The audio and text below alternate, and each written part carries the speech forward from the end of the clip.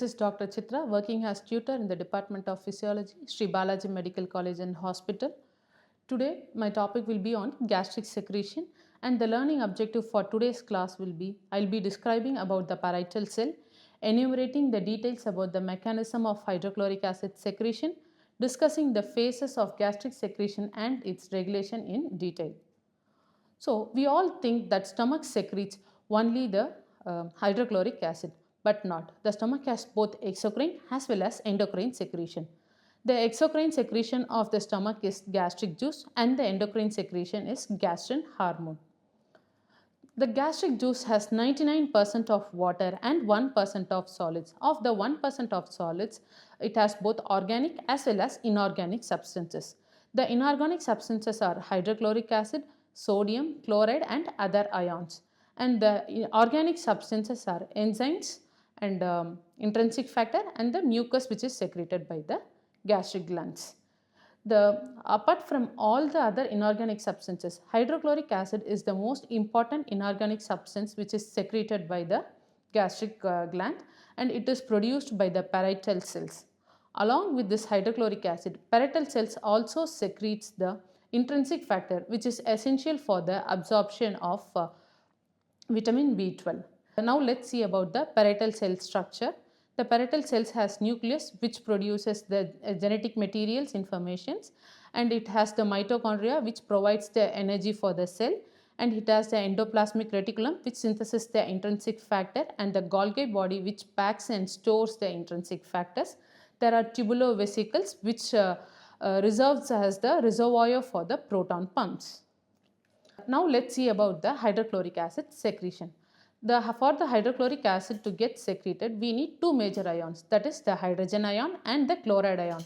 The hydrogen ion is obtained from the metabolic reaction of the carbon dioxide and the water. It combines together forming the carbonic acid, which is a weak acid, and it easily gets dissociated into hydrogen and the bicarbonate ion.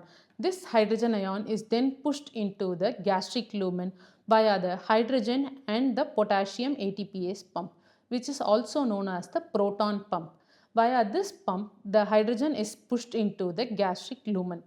The remnant of the bicarbonate ion is then pushed into the blood via the bicarbonate and the chloride exchanger, which is present on the basolateral membrane of the cell. So, the chloride from the outside getting inside the cell, which causes the more increase in the intracellular negativity of the cell. Thus, this chloride ion is pushed into the gastric lumen via the chloride channels present on the apical membrane.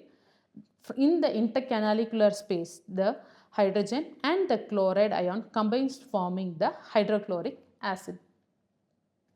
So, this is how the hydrochloric acid secretion occurs. Now let's see about the phases of gastric secretion and its regulation. There are three phases of gastric secretion. One is cephalic phase, second one is gastric phase, and third one is the intestinal phase. In the cephalic phase, almost 30% of the gastric secretion occurs.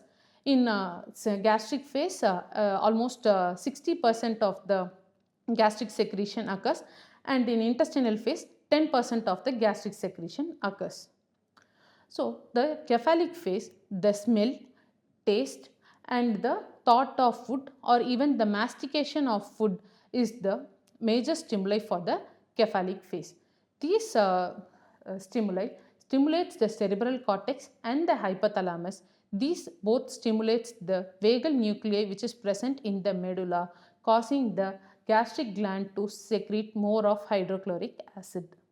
So, now let's see about the gastric phase. As we intake the food goes into the stomach and the stomach distends. This distension and the protein particle which breaks down in the stomach are the stimuli for the gastric phase. These together stimulates the vagovagal reflex and the local reflexes via the enteric nervous system. This vagovagal reflex stimulates directly the gastric gland for the increased acid secretion, and it indirectly along with the enteric nervous system activates the G cell and produces the secretion of the gastrin, which enhances the secretion of gastric acid. So, moving on to the intestinal phase, the stimuli will be the enterogastric reflex, which is nothing but the expulsion of the stomach content into the intestine. So there will be a reduction in the pH and there will be a breakdown of the protein substances. These all causes the mucosa of the intestine to get irritated.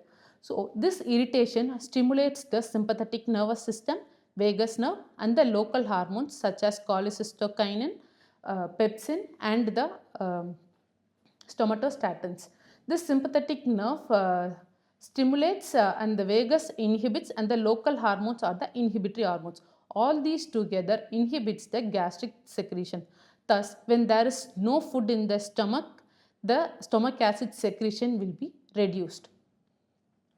Moving on to the applied physiology, which is the peptic ulcer. We commonly term the peptic ulcer as ulcerization of the stomach. So, this can be happening because of the H. pylori, ischemia and NSAIDs. NSAIDs is nothing but the steroid drugs which we intake. So, all these can causes the reduction in the gastroprotecting substance and increasing in the mucosal damaging substance. These together both causes the mucus layer of the stomach to get eroded, causing the dyspepsia, nausea, vomiting. In severe cases, the patient might present with hematemesis, which is blood in vomiting, or melena, which is blood in stools. So these are the applied physiology. These are my references. With this, we will come to end of this session. In next class, we will see with an interesting topic. Thank you.